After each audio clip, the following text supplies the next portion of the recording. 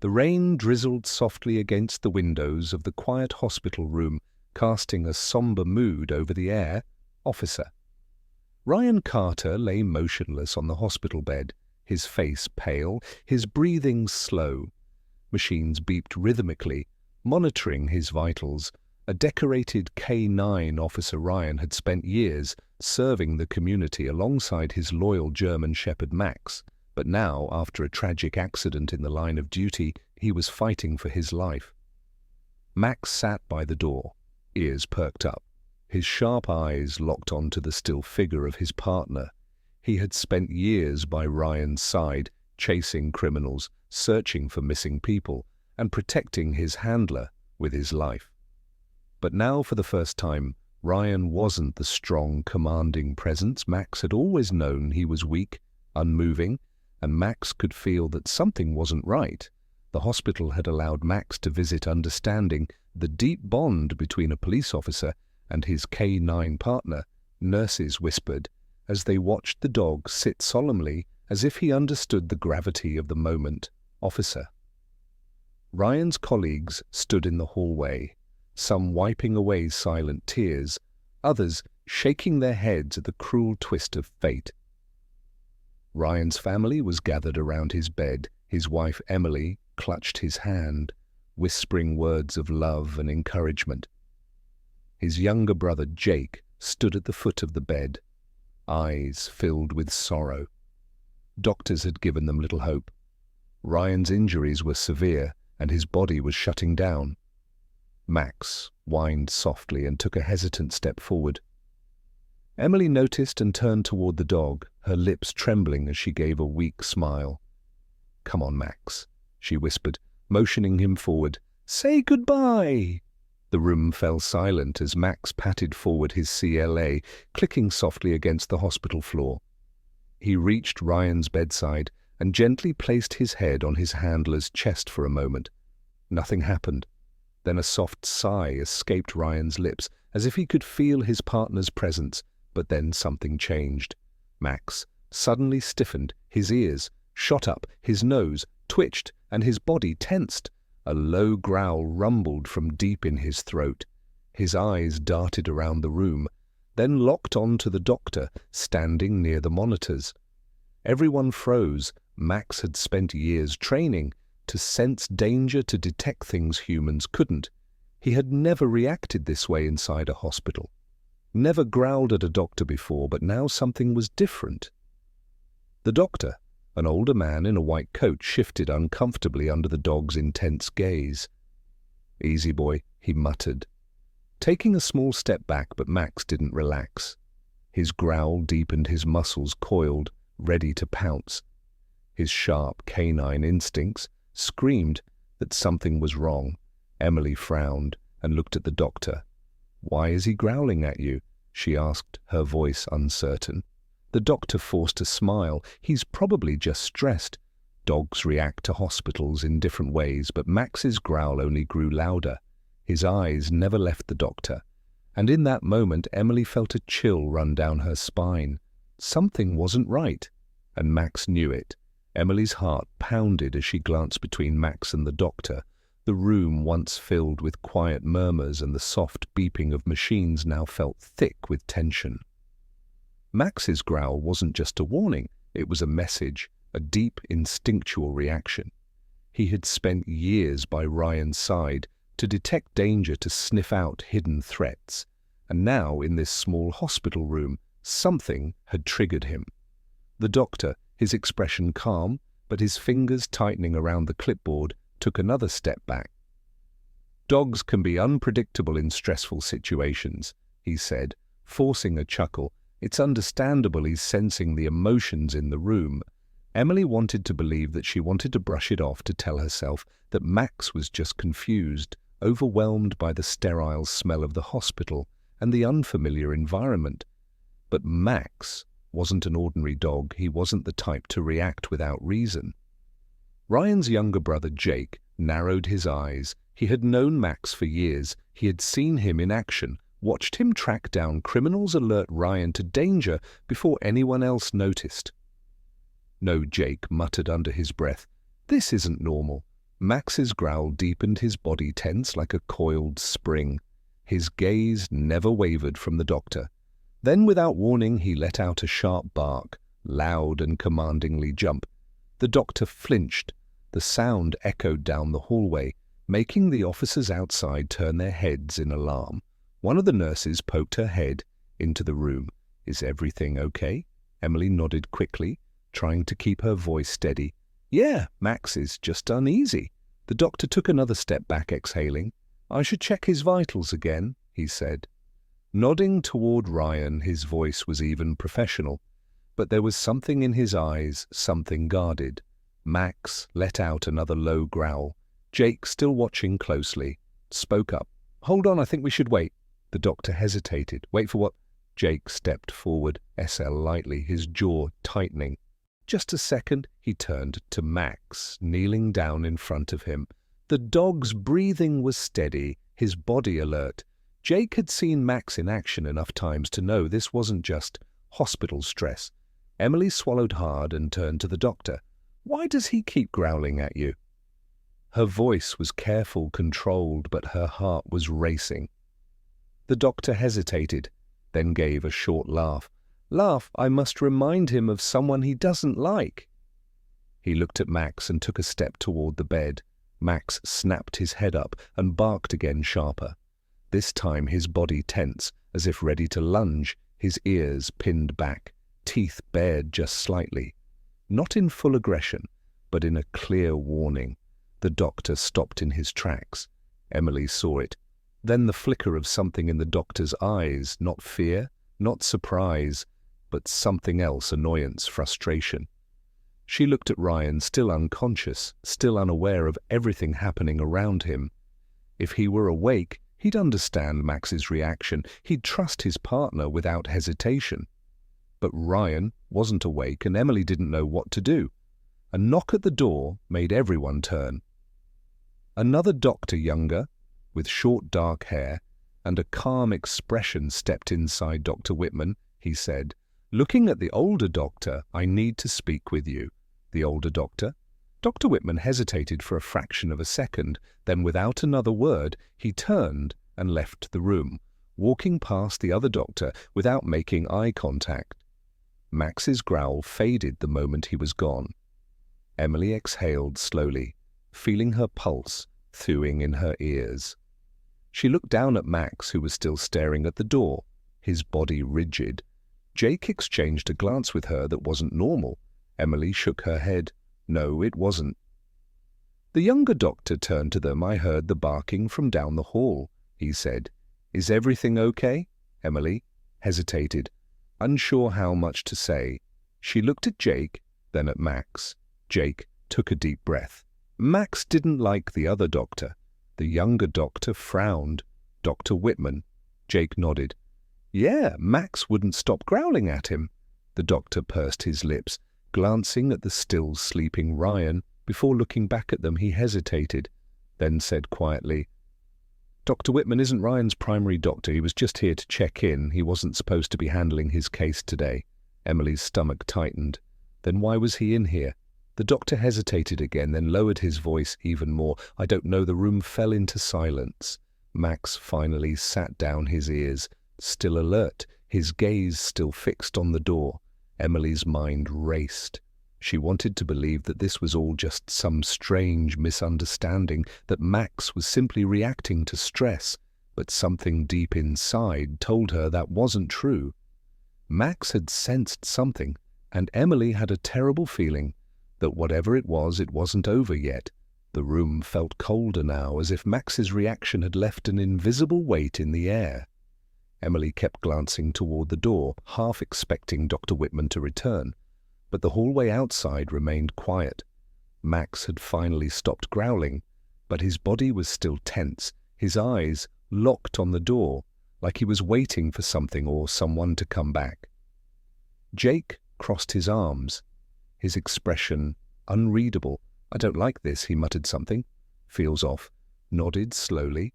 "Max doesn't react like that unless there's a reason." "I don't know what it is, but I trust him."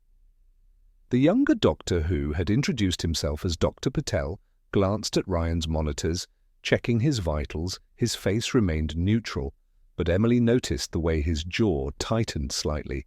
"Dr. Whitman isn't usually careless," he said after a pause.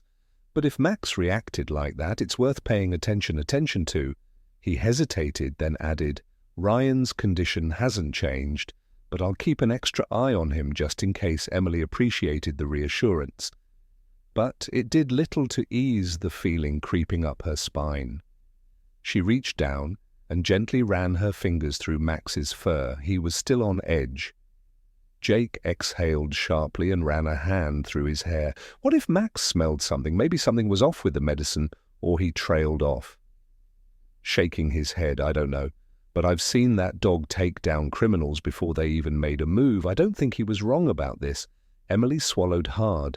She knew Jake was right. She could see it in Max's eyes. Hours passed, but the unease never left. Ryan remained unconscious, his breathing steady but unchanged. Emily stayed by his side, holding his hand, whispering to him about their home, their life, their love. She wanted to believe he could hear her. Max never left the room that night. As the hospital quieted down, Emily noticed something strange. A nurse had come in earlier to check Ryan's for, adjusting the medication drip. Now, as she looked at it, she frowned. She had been paying attention to every little detail since Max's reaction, and something about the clear liquid in the forebag didn't seem right. It looked different. Maybe it was just the dim lighting, or maybe she was overthinking everything after the long day. Still, her gut told her to be sure. She stood up and stepped into the hallway, searching for a nurse. It was late, and most of the staff had retreated to their stations or patient rounds.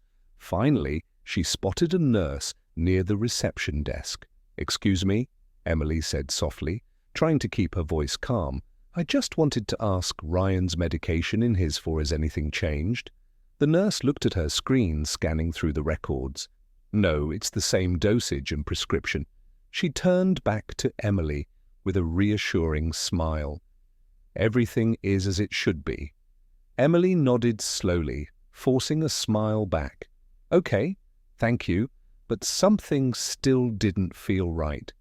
She turned to head back to the room, when she caught a glimpse of movement further down the hallway. A figure in a white coat was walking toward the exit. "Dr. Whitman." Emily's breath caught in her throat. She didn't know why, but seeing him again sent a fresh wave of unease through her. He wasn't on duty. Why was he still here this late? Then she noticed something else. He wasn't alone. Another man dressed in dark clothing walked beside him. Their conversation was hushed, their body language tense. Emily quickly ducked behind the corner. Peering carefully, she had no reason to spy, no real evidence that anything was wrong, but something inside her told her to watch the two men stopped near a supply closet drive. Whitman glanced around before stepping inside with the other man. The door clicks shut behind them. Emily's pulse quickened. She didn't know what she was expecting, but she suddenly wished Jake was with her. Taking a slow breath, she moved closer. Staying quiet, she didn't dare get too close, but as she inched toward the door, she could faintly hear voices from inside. "Everything is in place." One of them said, "Not much time if anyone notices." "Oh," then Dr. Whitman's voice lower. "This time it's already done." Emily's stomach twisted. She had no idea what they were talking about, but she knew it wasn't good. A soft one made her jump slightly, and she turned to see Max standing behind her. He had followed her into the hallway, silent as a shadow. His ears were perked, his eyes focused on the door. Emily placed a hand on his back, grounding herself. She needed to think, she needed to figure out what to do, but most of all she needed to find out what was really going on. Emily's heart pounded so hard she could hear it in her ears. She pressed her back against the cool hospital wall, barely daring to breathe as she listened. Max stood by her side, still and alert, his ears twitching at the muffled voices coming from inside the supply closet. She wanted to move, to run back to Ryan's room and pretend she hadn't heard anything, but she couldn't shake the feeling that whatever was happening involved her husband. Max had known something was off, and now, standing here in this dimly lit hallway, Emily knew it too. Inside the closet, the voices continued in low, hurried tones. Sheikh been asking questions. One of the men said she won't be a problem. Dr. Whitman responded, his voice flat. Everything's already in motion. Emily felt a chill crawl down her spine. Who were they talking about? Was it her? Max let out the faintest growl, barely more than a vibration in his throat. But Emily immediately reached down, gently, running her fingers over his back to keep him calm if they heard him, if they realized someone was listening. The door handle rattled Emily's breath. Caught, she grabbed Max's collar and quickly stepped back, slipping around the corner, just as the supply closet door opened. She didn't dare look, but she could hear footsteps moving down the hallway, the soft murmur of voices fading as Dr. Whitman and the other man walked away. Emily stayed frozen for a few seconds, waiting until she was sure they were gone. Then carefully she peeked around the corner. The hallway was empty. She exhaled shakily and turned to Max. "We need to get back to Ryan," she whispered. Max didn't hesitate. He moved quickly beside her as she hurried back to the hospital room. When she stepped inside, Jake was still by Ryan's bedside, his arms crossed. He looked up the second she entered. "What's wrong?" he asked immediately. Emily didn't know where to start. She shut the door behind her and turned to him, lowering her voice. "I just saw Dr. Whitman. He was talking to someone in the hallway. Someone I didn't recognize. They were saying something was already done. And they sounded, I don't know, Jake, it sounded wrong."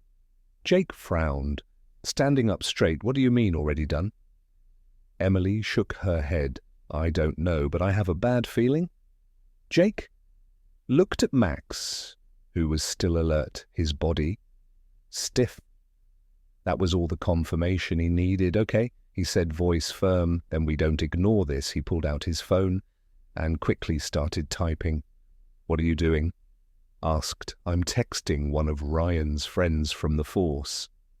Jake muttered, "I don't like this. If something's off, we need backup." Emily felt a wave of relief, but it was short-lived. A moment later, the door to the room opened again. Dr. Whitman stepped inside. Emily stiffened. Max let out a quiet warning. Growl. Dr. Whitman's face remained calm, unreadable. His eyes flickered toward Max, then back to Ryan. "I was just coming to check in on his condition," he said, his voice smooth, professional. "Has there been any change?" Emily glanced at Jake, who, sly, shifted to block his phone screen from view. "No change," she said carefully. "Do." Whitman nodded, stepping toward the bed. He glanced at the monitors, his expression unreadable. Then he reached for the 4-line.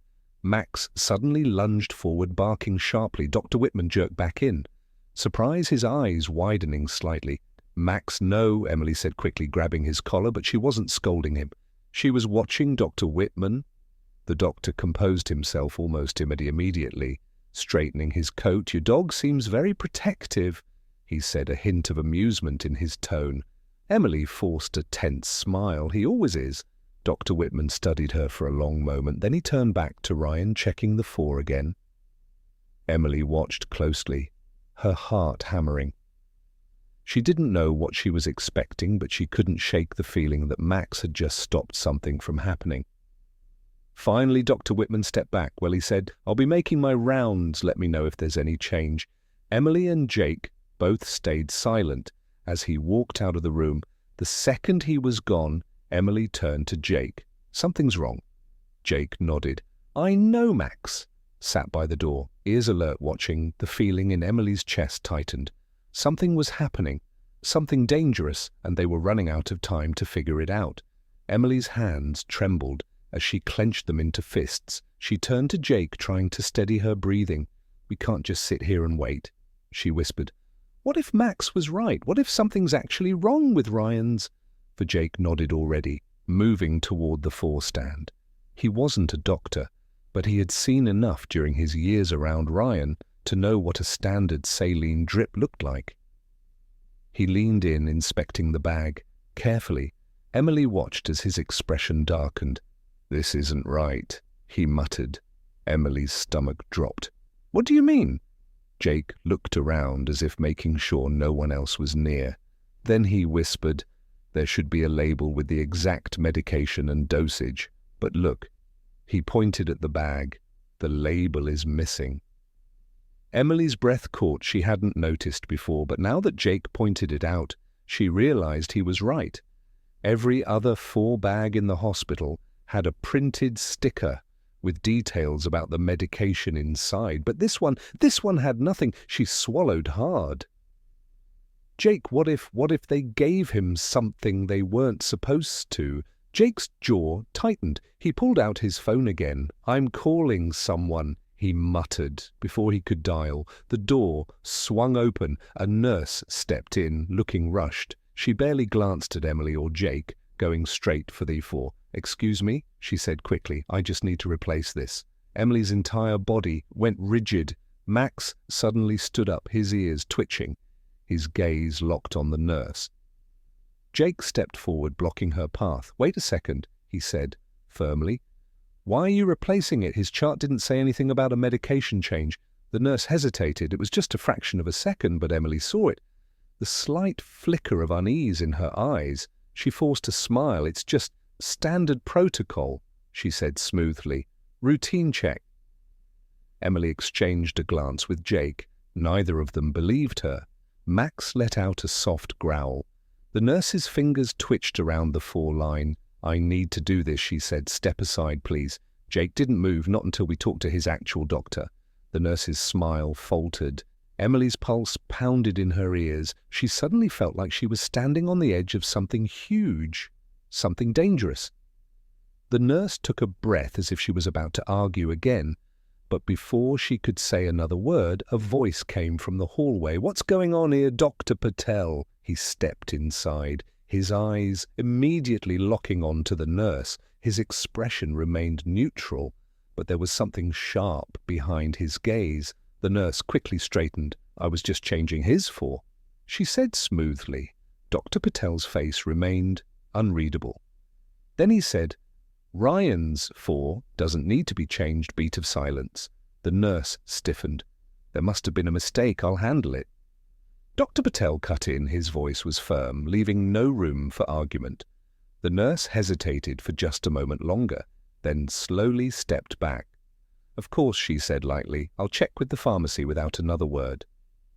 She turned and walked out. Emily barely breathed until she was gone. Dr. Patel let out a slow exhale. Then he turned to Jake. "And Emily, something isn't right," he said quietly. Jake nodded. "We know." Dr. Patel stepped toward Ryan's, examining it closely. His brows furrowed. Then he carefully disconnected the bag and held it up to the light. His expression darkened. "This isn't what he was prescribed," he muttered. Emily felt her knees go weak. Dr. Patel turned to them, his voice grave. If Max hadn't reacted, Ryan could have been in real danger. Emily's breath hitched. "Danger," she whispered. "You mean?" Dr. Patel looked at her, hesitation flickering across his face. Then he said, "I need to test this to be sure." Jake's fists clenched. "We need to find out who's behind this, and fast." Emily's mind was spinning. First Dr. Whitman, then the suspicious conversation in the supply closet. Now a mysterious medication switch. Someone was trying to harm Ryan, and they were still in the hospital. Emily felt her whole body tense as Dr. Patel carefully placed the 4 bag on a nearby tray.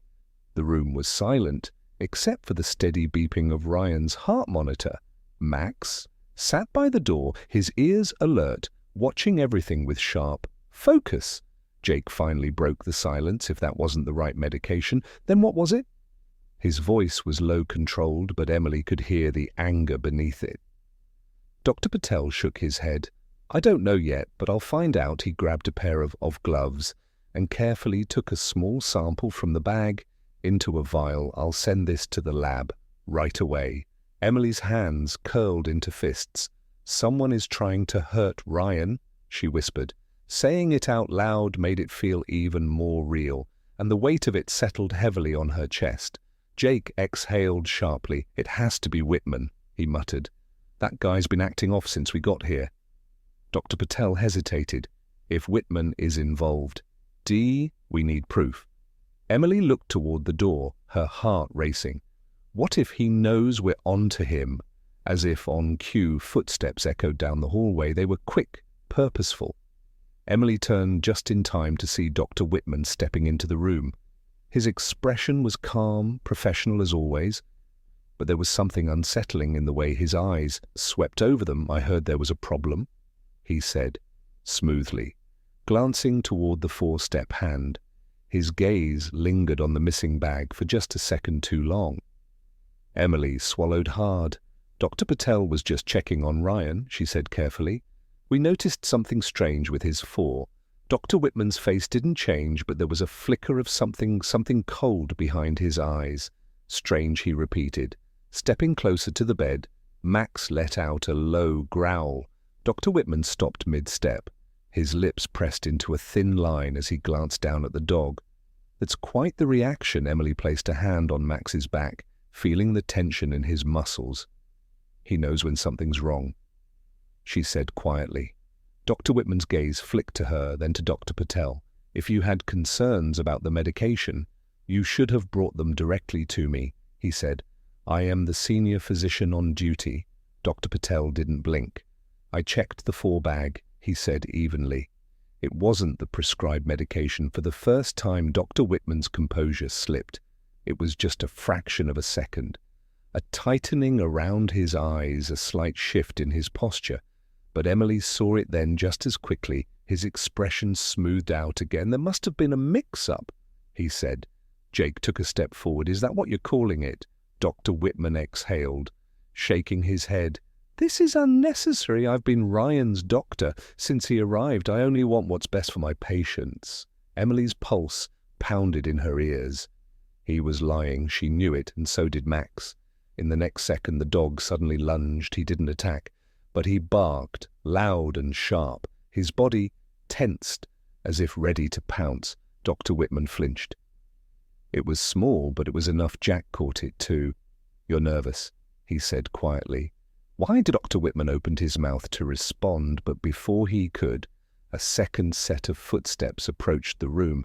Dr. Whitman, they all turned, as a uniformed officer stepped inside. Behind him was another man, Ryan's longtime friend from the force. We need to speak with you, the officer said, his voice firm. Dr. Whitman's entire body went rigid. For the first time, a crack appeared in his calm exterior. What is this? We received an anonymous tip about suspicious activity regarding a patient medication. The officer continued, we have reason to believe there may have been tampering. Emily's breath caught anonymous tip. She glanced at Jake. He gave her a small nod. He had sent the message, Dr. Whitman scoffed, shaking his head. This is absurd. But even as he spoke, his hands twitched at his sides. Then you won't mind coming with us for questioning? The officer said smoothly for a moment. Nobody moved. The air was thick with tension. Then suddenly Dr. Whitman turned fast. He lunged toward the door, shoving past the officer in an attempt to run, but he never got far. Max reacted instantly. Leaping forward, his powerful body blocked the exit, his growl deep and threatening. Dr. Whitman skidded to a stop. The officer seized the moment, grabbing him by the arm. You're not going anywhere. Emily watched as Dr. Whitman's face twisted in frustration. He didn't fight, but the look in his eyes was undeniable. He had been caught as the officer began leading him out.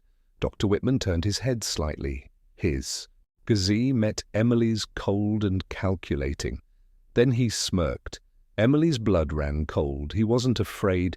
Even as he was escorted out, he didn't look like a man who had lost. And that's when she realized this wasn't over. Emily stood frozen, watching as Dr. Whitman was led down the hallway. His smirk lingered in her mind, sending a chill through her. Even though he had been caught, something about his reaction unsettled her. It was like he knew something they didn't like. He still had control over something. Jake stepped beside her, his jaw tight. You saw that, right? She nodded slowly. He didn't look scared. He looked confident. Dr. Patel sighed. rubbing his temples. This might just be the beginning, he admitted. If he was willing to switch Ryan's medication, there's no telling how many others he may have done this to the officer who had escorted Dr. Whitman out. Returned a few minutes later, Wick be launching a full investigation. He assured them we'll check his medical records, patient histories, everything. If he's been doing this for a while, we'll find proof. Emily let out a shaky breath, and Ryan. Dr. Patel gave a reassuring nod. He's stable. We caught this in time. If Max hadn't noticed, he trailed off. Shaking his head, it could have been much worse. Emily knit down beside Max, running her fingers through his fur. He had saved Ryan's life again. Jake crouched beside her. Good boy, he murmured, scratching behind Max's ears. Max wagged his tail but kept his eyes locked on the hallway as if he were still on high alert. A few hours passed in a blur of paperwork, questioning and hushed conversations. The hospital was buzzing with murmurs about Dr. Whitman's arrest. It seemed no one had suspected him, not even his own colleagues. Emily sat by Ryan's bedside, exhaustion settling over her. He looked better now, his breathing steady, his color returning. She reached for his hand and squeezed it gently. Then, for the first time since all of this started, his fingers moved her breath, caught Ryan. His eyelids fluttered slightly. A soft groan escaped his lips. Emily's heart pounded. She leaned in closer. "Ryan, can you hear me?" Slowly. His eyes opened. It took a moment for them to focus, but when they did, they landed on her.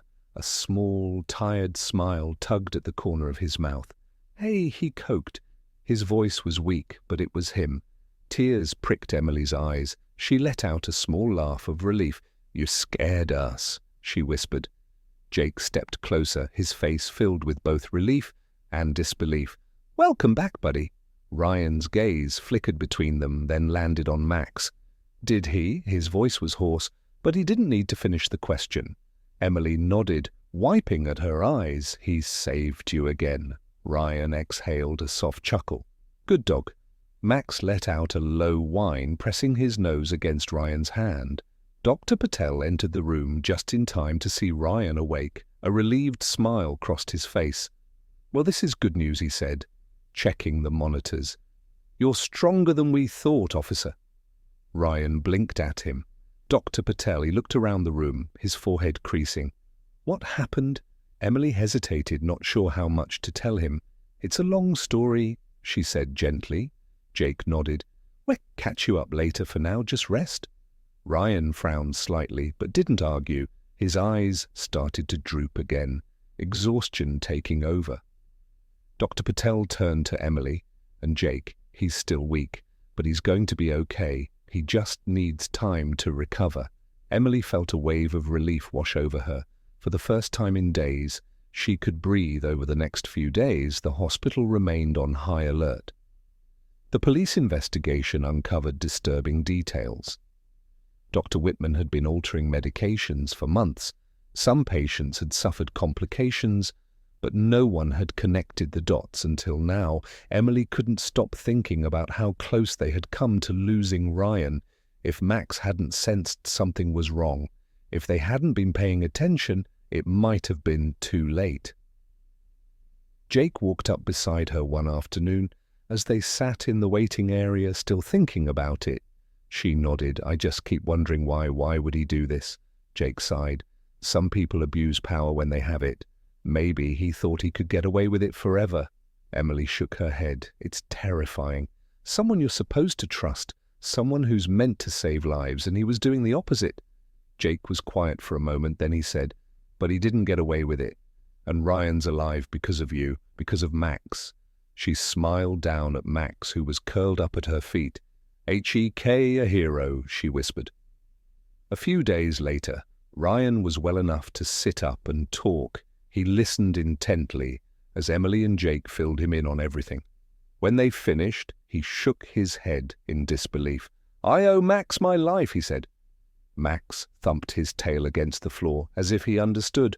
Ryan reached out and ran a hand through the dog's fur. "Guess I'm not done yet," he murmured. Emily frowned. What do you mean? Ryan exhaled. I was thinking. Maybe it's time for a change. Jake raised an eyebrow. You mean leaving the force? Ryan shook his head. Not exactly. But after everything that's happened, I think I want to do something different. Maybe work with K9 units, train police dogs. Max saved me. And I think dogs like him could save a lot more lives. Emily felt her heart swell. That actually perfect for you. Ryan smiled. Yeah, I think it is. As the days passed, things slowly returned to normal. Dr. Whitman's arrest made headlines and the hospital implemented stricter policies to prevent anything like this from happening again. Ryan was discharged a week later when he stepped outside. The first thing he did was kneel down and hug Max. You really are my guardian angel, aren't you? He murmured. Max licked his face-tail wagging furiously. Emily and Jake stood beside him, watching the moment with warm smiles. Jake clapped Ryan on the back. Glad to have you back, man. Ryan nodded, looking at his two best friends and the dog who had saved him. I think I got a second chance, he said, and I'm not going to waste it. As they walked away from the hospital, Max trotting happily beside them, Emily felt a deep sense of peace. The nightmare was over. They had made it through and through it all. Max had been there, watching, protecting, never leaving. Their side, true hero,